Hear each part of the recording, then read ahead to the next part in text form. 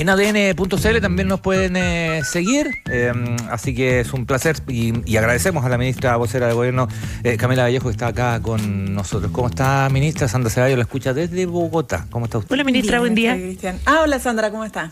Bien, ¿y usted? Bien, ¿cómo está la película?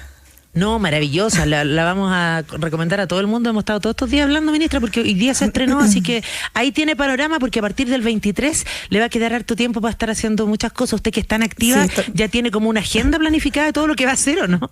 No, pero mi único objetivo es desconectarme y poder centrarme en mi conexión con mi bebé y el embarazo. Hasta el 23 ya tiene fecha para... O sea, el para 23 parte de la licencia, por lo tanto, me queda esta semana y la otra completa. Así que va a estar bien intenso, tengo hartas tareas durante estos días. Ministra, efectivamente está bien compleja la situación, hay muchos temas, muchos flancos abiertos y usted siempre es la que tiene que aparecer ahí haciendo las vocerías y poniendo un poco el pecho a las balas, ¿no? Porque hay mucha crítica también de distintos sectores.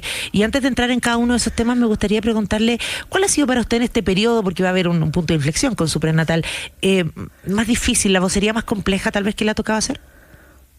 Yo creo que nunca había una vocería fácil, en verdad. Como que el rol de ser vocería es asumir las respuestas a preguntas complejas, no solo de mi ministerio, en verdad casi siempre del gobierno en general, de contingencia, críticas de la oposición, de desafíos legislativos. Entonces no tengo como recuerdo de una vocería simple o fácil, ¿no? Es como el rol de los voceros, ¿no? Como tú dices, ponerle el pecho a las balas, enfrentar cuestionamientos y tratar también de independientemente de los cuestionamientos que se dan en la política, hablarle también a la ciudadanía, que a veces más que conflictos también quiere ver cuáles son las soluciones y la respuesta que se está haciendo, cuáles son los otros temas también de interés, más allá de la contingencia, que a veces se centra como en 3 o 4 temas, pero la gente también quiere saber mucho más, ¿no?, de lo que está pasando en el país. Entonces eso es un tema, un desafío permanente. Y ahora nuestra centralidad, como ustedes saben, es seguir reparando injusticias y deudas históricas que se arrastran por años. Y una de las más importantes, hoy día es la reforma de pensiones, que es como la gran reforma que hemos estado empujando, que no ha sido fácil, que ha estado sujeta a negociaciones, a dimes y diretes, y que hoy día sí está como en un espacio de recta final, dado que el compromiso del Senado es poder despacharlo en enero. Así que ahí ha estado nuestro principal foco en estos días. ¿Cómo ha notado, a propósito de este foco de ojalá despacharlo en enero, el último tránsito de esta reforma de pensiones, esta larga conversación, endurecimiento de posiciones, de pronto apertura, después otro endurecimiento de posiciones? Sí, bueno, es complejo, pero no es imposible. Y yo creo que para nosotros, o sea, es importante revisar los años anteriores, ¿no? La historia reciente.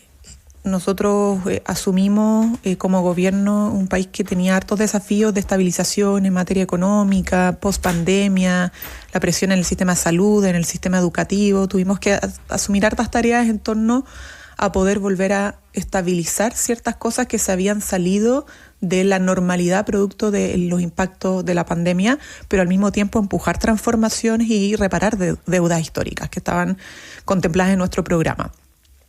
Y lo hicimos en varias medidas, incluso en contextos intensos de debate electoral, de alta polarización, de confrontación. Todos los años de gobierno nos ha tocado enfrentar elecciones y en esos años se había dicho que producto del escenario polarizado, producto de tener minoría en el Parlamento, iba a ser imposible sacar adelante proyectos de ley que buscaban entregar más justicia, buscaban reparar deudas de arrastre.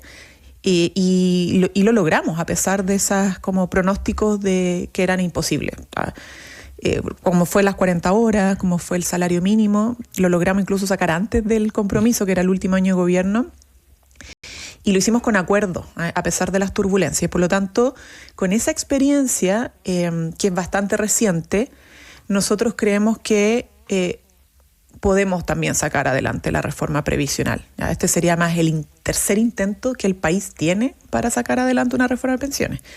Y yo creo que, solo para terminar, si logramos seguir poniendo la centralidad en cómo mejoramos hoy, y no solo hoy las pensiones, y no solo las del futuro, de los que actualmente están ahorrando, sino que las de hoy y las de mañana, podemos ordenar el debate y los acuerdos que nos permitan hacer que esta reforma no sea otro punto más de un fracaso en la historia de nuestro país, sino que una realización para nuestros jubilados, que al final son los que lamentablemente han tenido que esperar durante décadas. Exactamente. Ministra, de hecho, escuchando las últimas declaraciones del ministro Marcel, da a entender que de alguna manera ya existe algún tipo de acuerdo para destrabar este proyecto, y que incluso tendría que ver con que la derecha ha cedido un punto en el tema de la solidaridad, que ha sido el gran conflicto, ¿no? ¿Es tan así? ¿Cómo ve usted este acuerdo, si es que efectivamente existe? Bueno, son días clave y nosotros lo que primero confiamos en la ministra Jara y el ministro de Hacienda en el trabajo que han estado haciendo, liderando las negociaciones y los acuerdos.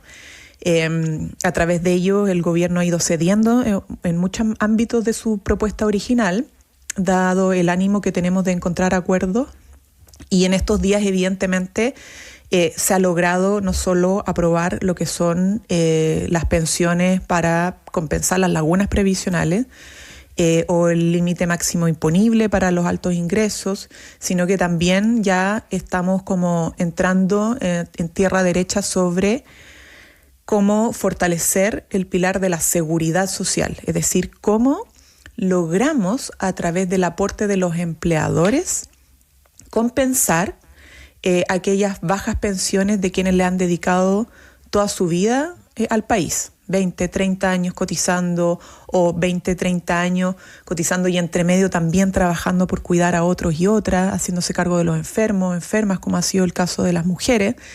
Y ese reconocimiento al esfuerzo necesitamos generarlo y compensarlo con parte de este aporte nuevo de los empleadores y empleadoras, ¿no? Que es del 6%. Entonces ahí está centrada la discusión, y evidentemente nosotros esperamos que esté en la oposición también en ese ánimo, ¿no? Y en eso está, bueno, la oposición es Renovación Nacional, Bópoli, es también la UDI. Vamos a ver qué finalmente resuelve la UDI, porque hubo un llamado a republicanos a no hacer acuerdos en esta materia. Pero la verdad es que los republicanos no votaron ni siquiera a favor de la creación del Ministerio de Seguridad Pública. Entonces, en general, han rechazado todos los proyectos, tanto de seguridad, no sé si todos, pero la gran mayoría de los gruesos que ha empujado el gobierno, incluso los que hemos logrado transversalmente aprobar con parte de los aliados de republicanos que están en Chile Vamos. ¿Y siente que la presión de republicanos podría ser tan potente para el resto de la oposición, que parece ser al menos un avance más dialogante, ¿no?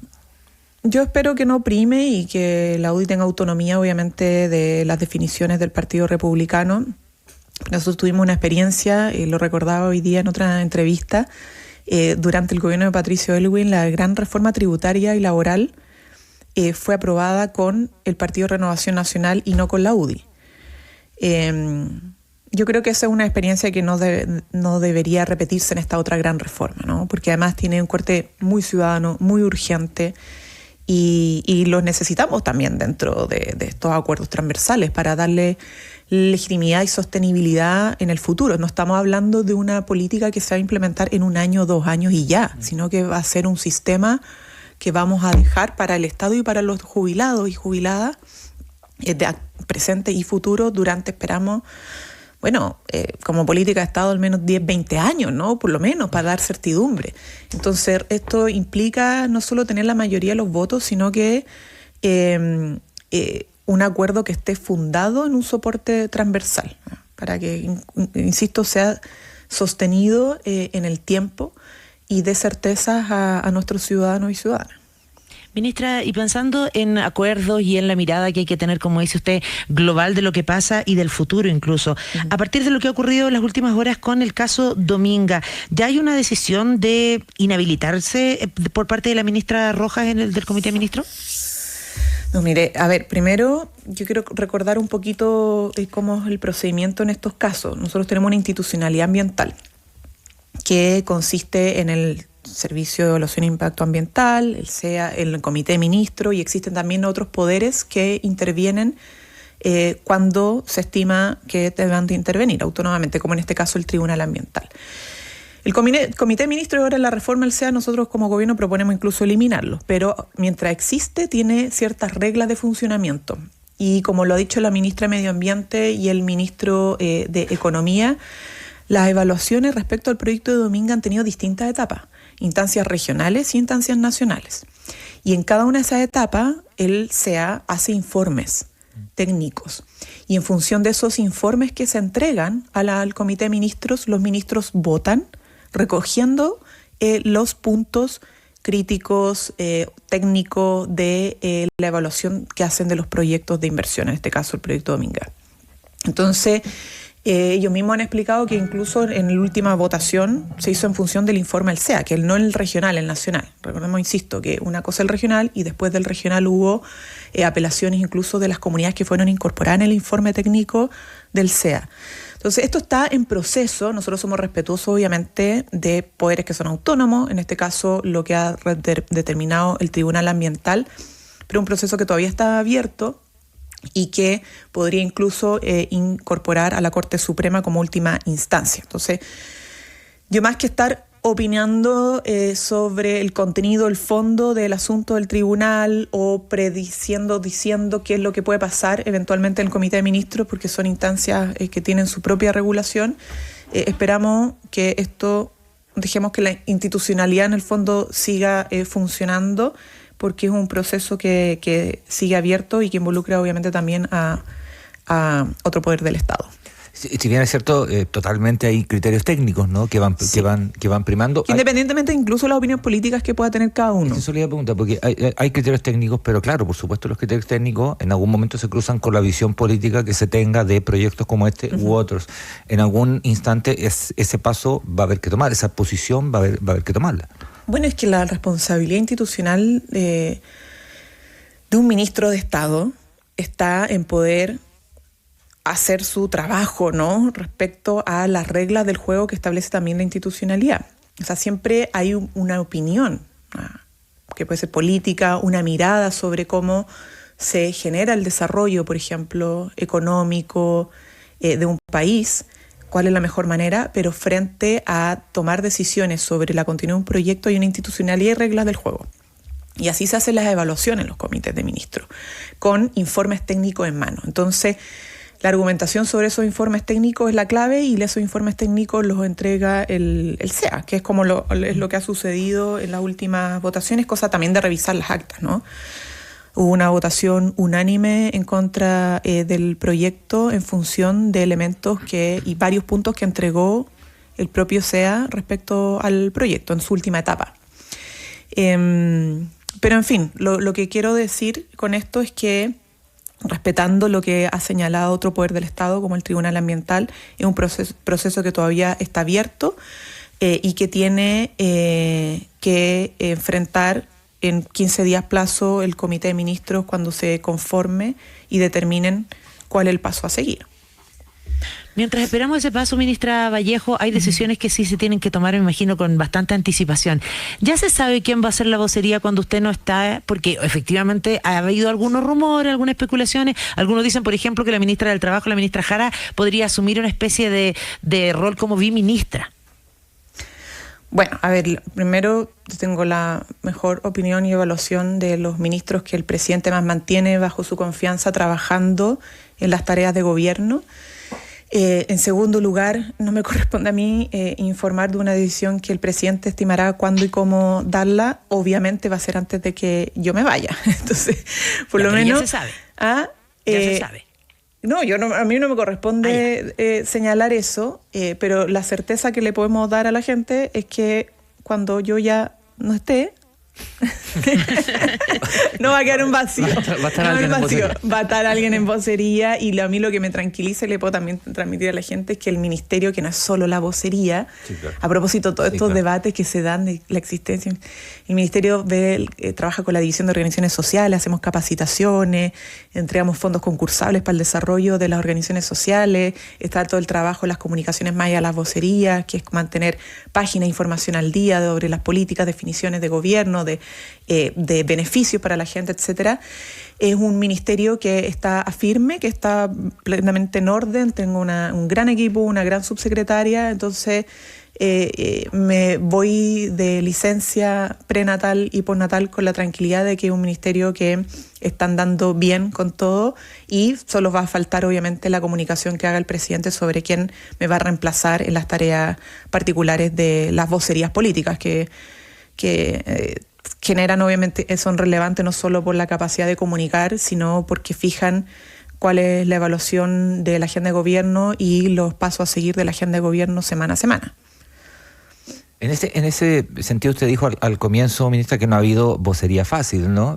Pero Yo no sé, no recuerdo. A mí no, obviamente unas más difíciles que otras, pero nunca ha sido de las más difíciles, sin lugar a dudas, el caso Monsalve en todos sus momentos, ¿no? Que además no ha concluido, no ha cerrado. Ahora que usted va a tener esta pausa, no sé si habrá algún momento para reflexionar de lo que fue esta hecatombe. Me parece que es un remesón para el gobierno, sin duda, para los ciudadanos y ciudadanas también. Tenía una citación, temas de agenda no fue hasta esta citación, va a alcanzar a ir a la citación antes de esto, y bueno, y cómo evalúa este momento en particular de un caso que ha sido, insisto, desde el gobierno me imagino, pero a mí me parece que ciudadanamente ha sido un caso de remesón total. Sí, total. Bueno, te agradezco la pregunta y diría como dos cosas. Uno es como el rol de la vocería frente a este tipo de casos que son graves, y otro, qué es lo que va a pasar frente a la comisión investigadora. Lo primero, obviamente, el principal desafío es que cuando enfrentamos crisis, cómo logramos también informar a la gente que, por ejemplo, esta semana el presidente presentó la comisión para la reparación de las víctimas del Sename, ¿no? Que era un compromiso, también una deuda histórica del Estado que ya se está materializando. O, por ejemplo, la construcción del primer bus con de hidrógeno verde, que son buenas noticias y que pasan de repente desapercibidas porque estamos como todo el rato hablando sobre lo que son los temas más problemáticos y graves. Bueno, eso es el desafío permanente de una vocería.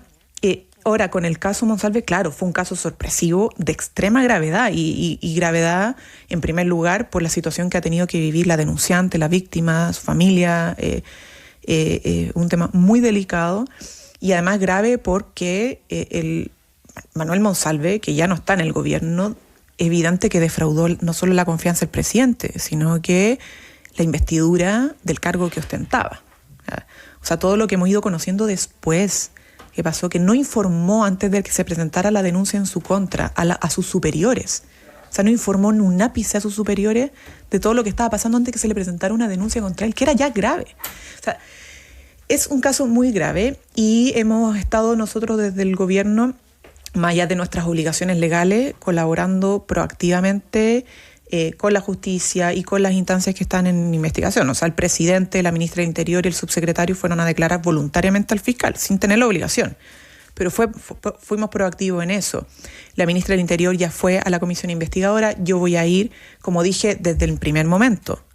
En la sesión siguiente, que es este lunes 16, si no me equivoco, 16. Voy a estar presente en la comisión investigadora, no tengo ningún problema. Y además hemos solicitado proactivamente investigaciones administrativas que lleva la Contraloría General de la República, y otras para evaluar acciones judiciales como querella al Consejo de Defensa del Estado por otros posibles delitos que haya cometido él. Entonces, claro, es un tema que ha sido de gran impacto, de suma gravedad, el que hemos tenido que enfrentar con múltiples decisiones, y que no va a dejar tranquilo a nadie hasta que se garantice que hay justicia y no hay impunidad con la víctima, ¿no?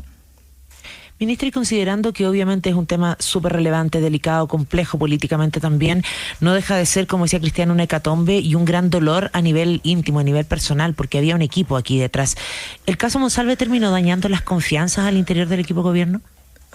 Yo creo que aquí la centralidad hay que ponerla en la persona que denuncia. Más allá de nosotros no estamos para hablar de nuestras sensaciones, o de cómo nos sentimos frente a esto, más allá de que evidente defraudó la confianza del presidente y de ahí para abajo, ¿no? Pero lo central para nosotros es que la víctima tenga justicia, o sea, que la investigación avance para poder terminar de esclarecer todos los hechos y garantizar que no haya impunidad frente a una denuncia que ni más ni menos de un delito sexual de lo más grave, ¿no? Que es el delito de violación. Y que la víctima también trabajaba en el gobierno, ministra, entonces por eso se lo pregunto, porque inevitablemente cuando pasa algo así, en cualquier entorno de trabajo, mundo público o privado, imagino, que efectivamente uno empieza a sentir desconfianza. ¿En quién puede confiar y en quién no? Si te traicionó alguien tan cercano y en quien tú tenías confianza plena. Mira, o sea, primero aquí lo más importante, el dolor de la víctima, ¿no? El resto pasa a ser secundario, aunque sí hay un proceso administrativo que lleva, que decidimos nosotros, el mismo, a horas de conocer la denuncia, se presentó, se instruyó una investigación administrativa y sumaria para ver qué otras personas eventualmente podrían estar, no sé si implicadas, pero tener cierta responsabilidad administrativa frente a eso, y eso se lo solicitamos además a la Contraloría que lo liderara, para no hacerlo directamente desde la Subsecretaría del Interior. Pero como te digo, claro, el impacto que genera y que ha generado es que defraudó la confianza del presidente, dentro del propio equipo de gobierno, o sea, del gobierno completo, y también de la investidura del cargo, porque es una institución en sí misma casi la Subsecretaría del Interior, ¿no? Y por lo tanto no se puede tomar decisiones que afecten finalmente una responsabilidad que es con el país, que es de la seguridad, que es el buen manejo de las policías, etcétera, etcétera. Entonces, es un caso muy grave, pero lo más importante, como decía anteriormente, es que la víctima, la denunciante, tenga justicia, ¿no? Y por eso todo el trabajo del Ministerio Público y en última instancia de tribunales va a ser clave para reparar en parte lo que ha tenido que lamentablemente sufrir. Usted ha dicho, ¿no?, varias veces que, y así insistente, que el foco está en la denunciante, por supuesto, y en que ella esté bien y que tenga toda la justicia del caso. Es un tema penal, judicial, ahí está una lista. Cuando esto se cruza con la mirada política, porque justo tocaron elecciones, vienen elecciones el próximo año, es obvio, me parece, que se va a utilizar políticamente este tema desde la vereda que sea, en particular de la vereda de la oposición, sin lugar a dudas. ¿Cómo puede afectar eso? Usted va a tomar unos meses afuera, va a estar obviamente con su prioridad, con su guagua, pero hay un tema. Pero vuelvo, ¿no? según el presidente. Según el presidente vuelve, sí, le puso fecha. Como en junio, julio, igual de vuelta. Sí, de vuelta. Y va a volver en un periodo cuando estemos cerca de elecciones también, ¿no? Y probablemente este tema haya una politización del asunto, porque era una figura política también. Ese cruce es muy complicado, ¿no? Porque usted lo dice, se ha seguido trabajando, hay que seguir trabajando, hay un montón de proyectos. Yo creo que eso ya ha existido, o sea, entonces obvio que va a seguir existiendo. Evidentemente es lamentable cuando hay utilización política de un caso de violación, ¿no? Porque son temas delicados y uno esperaría que no se usen a favor de cálculos electorales. Y además porque hemos tenido muchos casos delicados en el último tiempo, no solo en los casos asociados a delitos sexuales, sino que también de corrupción. Muchas cosas están hoy día en sede judicial, lo cual es bueno, o sea, que la justicia esté trabajando en múltiples casos, que haya resuelto ya medidas cautelares, que hay investigaciones que estén avanzando. Pero también es importante, creo yo, que frente a eso podamos tener una conversación país sobre cómo seguir avanzando en más justicia, ¿no? Más justicia para las personas, justicia social, no solo la justicia desde el punto de vista penal, sino que en derechos sociales. Y que el debate también tenga que ver con lo programático, con las propuestas, con la capacidad de cumplir los compromisos de las propuestas, etcétera.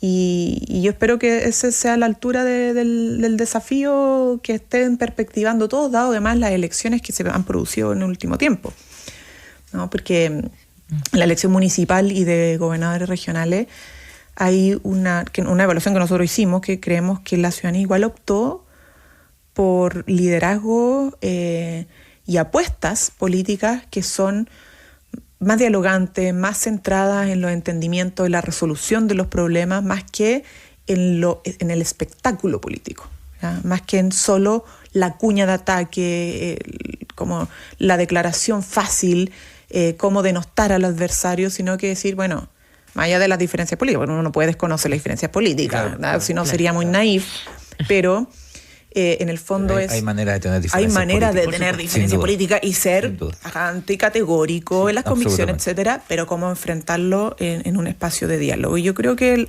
o sea, yo espero, siempre soy una persona que tiende al optimismo realista, por la experiencia también que hemos vivido, es que haya como un proceso de maduración también en el clima del tipo de debate político, tanto por los propios políticos como también por la gente, ¿no? Porque aquí siempre el debate lo construimos entre todos y todas. Claro. Y las decisiones también, porque la gente también vota, ¿no? Y toma decisiones respecto a quienes van a ser finalmente también sus representantes. Y hay que hacerse cargo, de todas maneras. Exactamente. Oiga, ministra, hoy día desde aquí de Bogotá vi en las redes sociales del presidente invitando a todo el mundo a un evento navideño, porque ya se nos viene. Usted tiene su regalo de Navidad por adelantado, podría decir yo, ¿no? Yo juego al amigo secreto, porque la locura de la Navidad. ¿Le salió algún ministra de amigo secreto? No, con mi familia. Con el amigo secreto ya hace mucho. Sale. Ya, sí. Pero que agradezco mucho el otro día a los ministros llegaron con regalito de... Sí, buen lindo. Sí. Como baby shower, ministra. Un baby shower. Sí, no fue baby shower, que sí, porque fue un consejo de gabinete, pero llegaron a la entrada, me entregaron unos regalitos. Mire, sí, yo tengo un regalo, además porque apadriné una carta navideña de Correos de Chile. Sí, quiero invitarlos porque ya 30 años esta iniciativa. Sí, pues. Nosotros desde que asumimos el gobierno yo he ido a todas las actividades, muy lindo. Esto lo organiza Correos de Chile, una tradición, pero más que una tradición, es solidaridad en acción total. O sea, tienen personas mayores del Senama que voluntariamente leen cartas y sistematizan las cartas que llegan de los niños para clasificarlas, etcétera.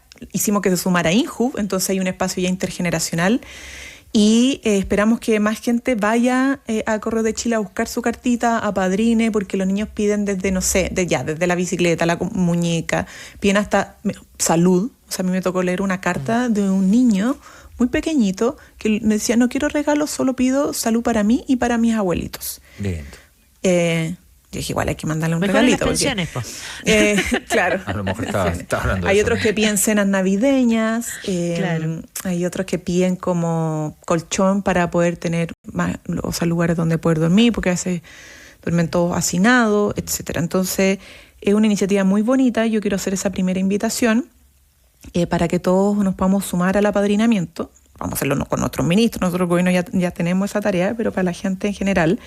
Y lo otro es la actividad de este domingo 15 a las 3 de la tarde en el Parque Estadio Nacional. Tenemos un evento navideño familiar gratuito, solo tienen que inscribirse, sí, que es la página navidad.portaltickets.cl, pero es este domingo, 3 de la tarde, y van a haber muchas actividades, carnavales musicales, un globo aerostático, actividades, obras teatrales, talleres de adornos, talleres educativos, circos y otros, y además un domo de cuentacuentos, ¿no?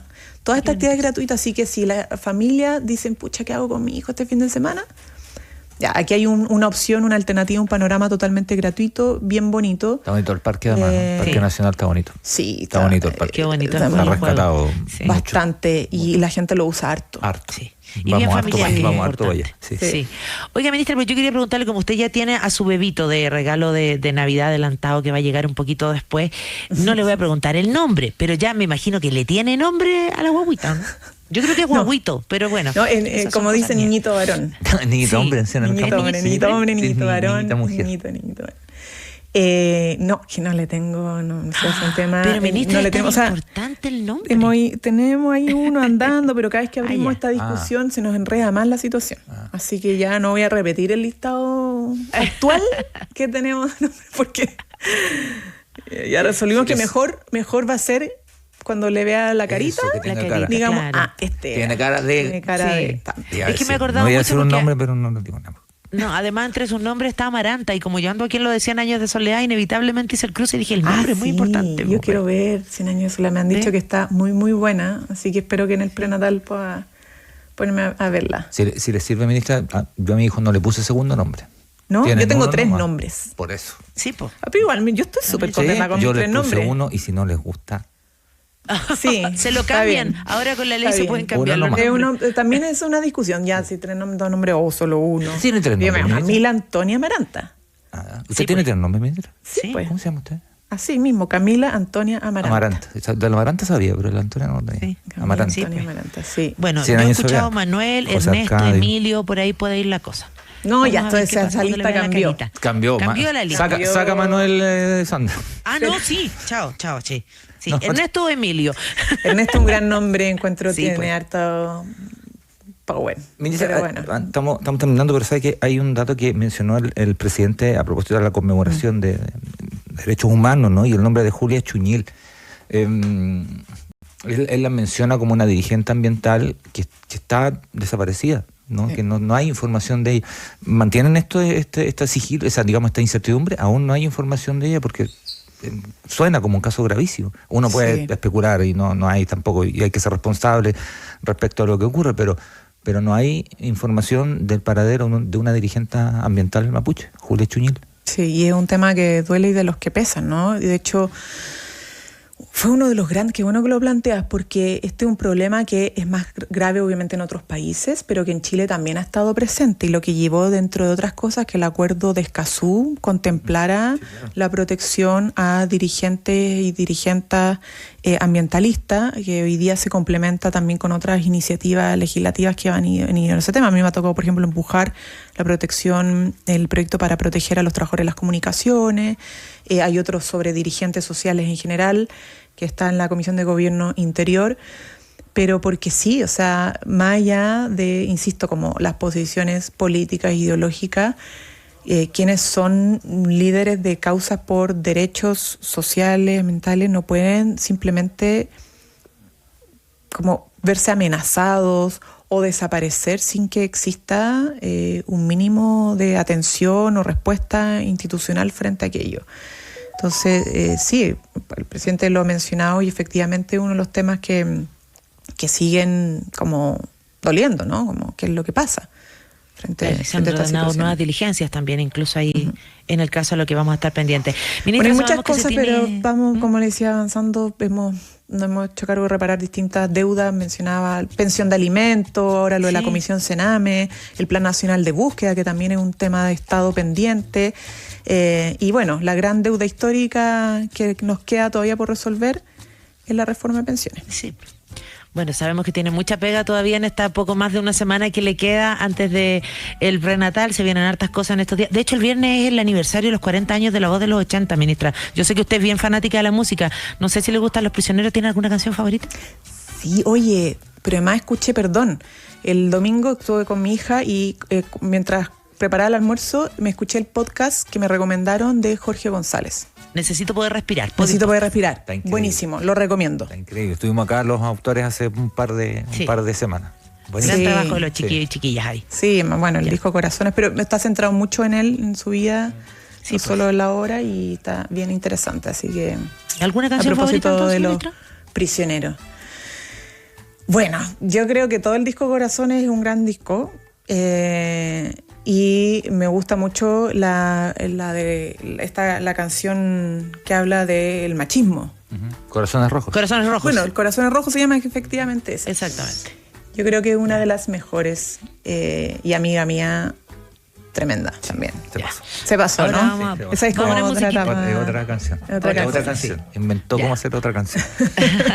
Hay que poner musiquita para cuando nazca bebé, entonces también, ministra, usted que está musical, ahí seguramente va a buscar algo para que acompañe ese momento tan bonito que esperamos salga todo muy bien, ministra, que luego su postnatal también, a lo mejor dedique el tiempo, escribe otro libro, vaya uno a saber qué va a hacer usted, pero la vamos a estar esperando. Muchas gracias.